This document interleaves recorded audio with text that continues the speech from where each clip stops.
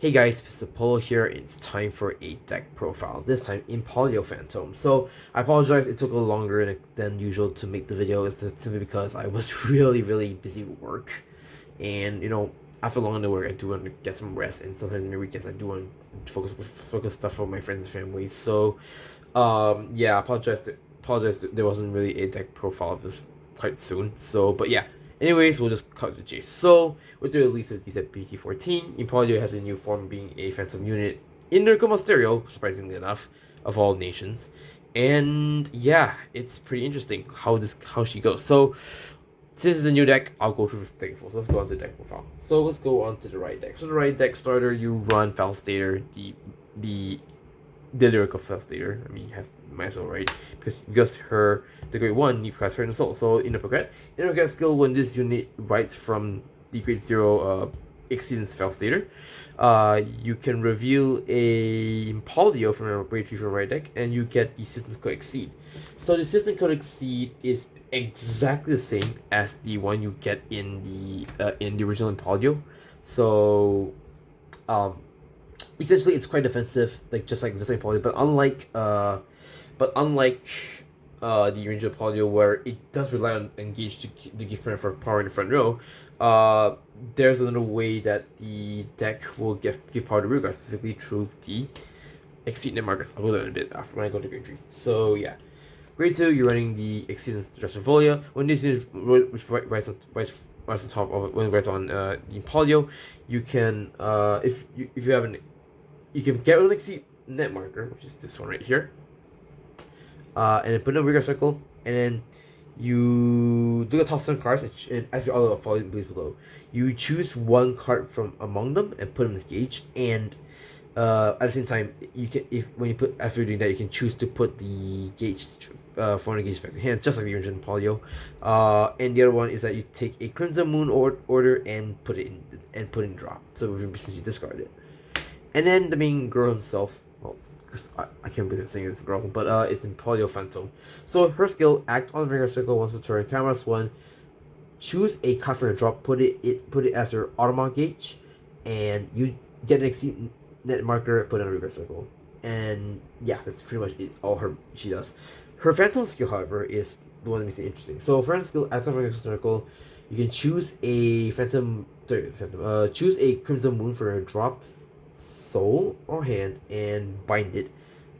At least one of them. Yeah, at least one. Yeah, and then for every Crimson Moon in your bind zone, you activate all the abilities below based on how many you have in the bind zone. So if one of them is that you, for this turn, this unit gets plus drive. The other one is that during this turn, this unit gets a crit. And the other one is that until the end of your bonus next turn, your regarding back row center can, with Exceed net marker, can attack from the back row and can intercept from the back row.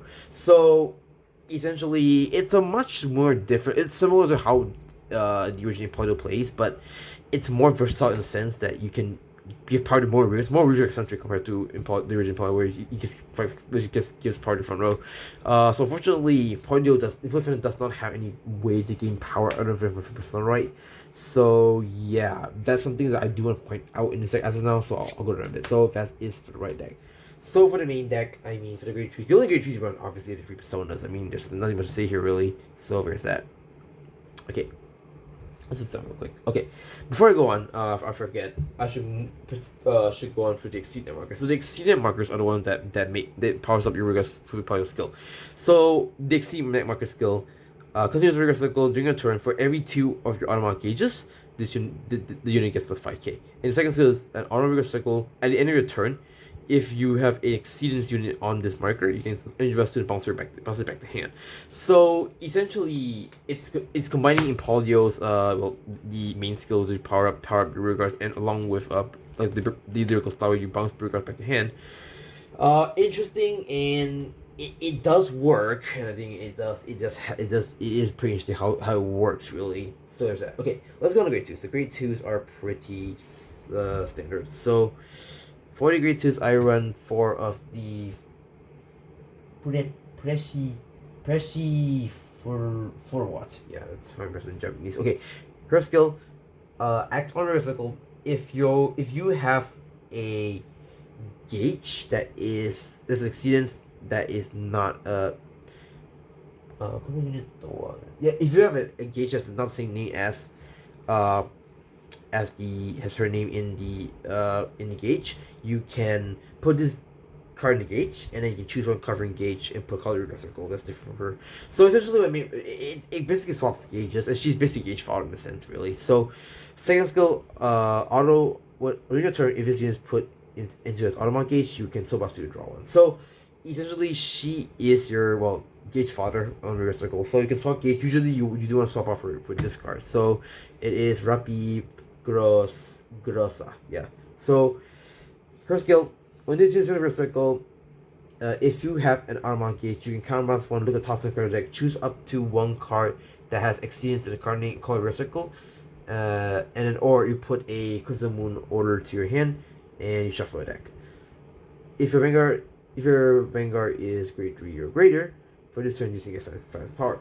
Second skill, when this unit is placed on Guardian Circle, for every two, if you have 2 or more Automat gauges, for this battle, this unit gets 5k shield. If you have 4 more gauges, so also gets another 5k. So it's pretty much Nebula Invoke, albeit a little bit more less than the Nebula Invoke, but it's pretty much the Nebula Invoke deck in a sense. So she does help because it does give you, I mean, you do have some soul to work with, and it does work. So pretty good because it can build your board. She also helps to be your shield.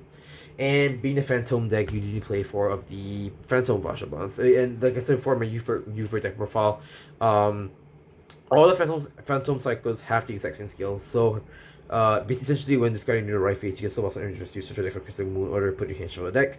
And the other skills, when you put on a guard skill, you can counterblast one and invest to draw one. So, there's that.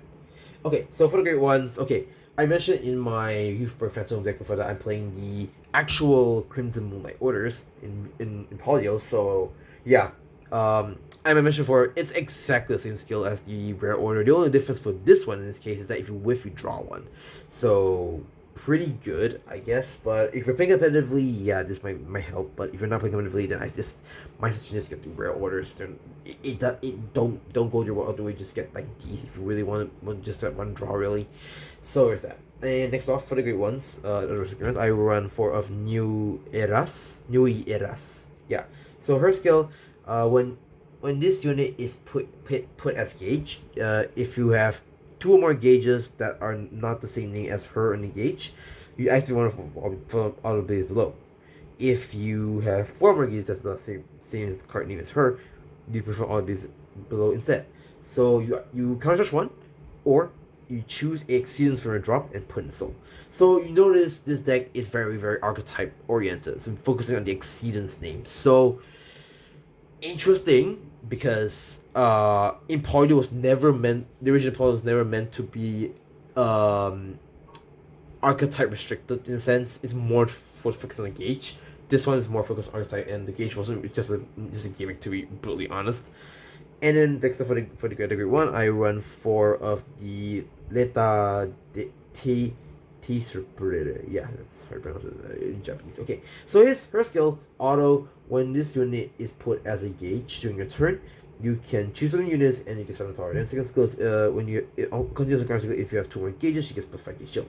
So you notice on KO. And lastly, you get the unit chargers. So you get Trendabi. So Trendabi skill is that when it's in your circle, if you have an armor gauge, you can. When this is your circle, or you put her as a gauge in your turn, you can unit charge 2. So you notice in this deck there is hardly any boosters. This is the only booster you can think of here. So what I feel for Impact Fandom is that they do lack boosters. And in fact, if you really want to make it more competitive, you can't play Strega in this deck. I'm just waiting for Strega to come out for the reprint in the next festival booster. So yeah, do stay tuned for that. I might do an update depending on the situation. But yeah, essentially, it's pretty much your the deck does like boosters, and it kind of sucks. But yeah, honestly speaking, when I think about it, you technically use these as boosters, and then once you're done, you can use the Exceed Net Marker skill to just bounce her back to hand, and then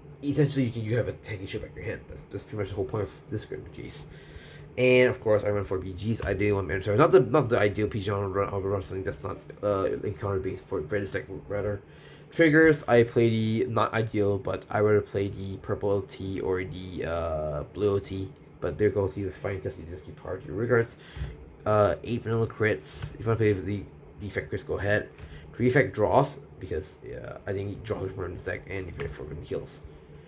Okay, so that's it for my deck profile on Impauldio Fantôme. Sorry, but it took longer than expected to do it. That was busy work, and also it's getting late now, so I'm trying to get this out of the way before I go to bed. So, yeah, that's my deck profile. What do you think? Impauldio Fantôme is pretty interesting as a archetype based deck, and also using the Armor Gauge. So with that being said, that's it for my deck profile. Thank you guys so much for watching. To like, share, comment, subscribe, stay tuned for more videos, and I will see you in the next video.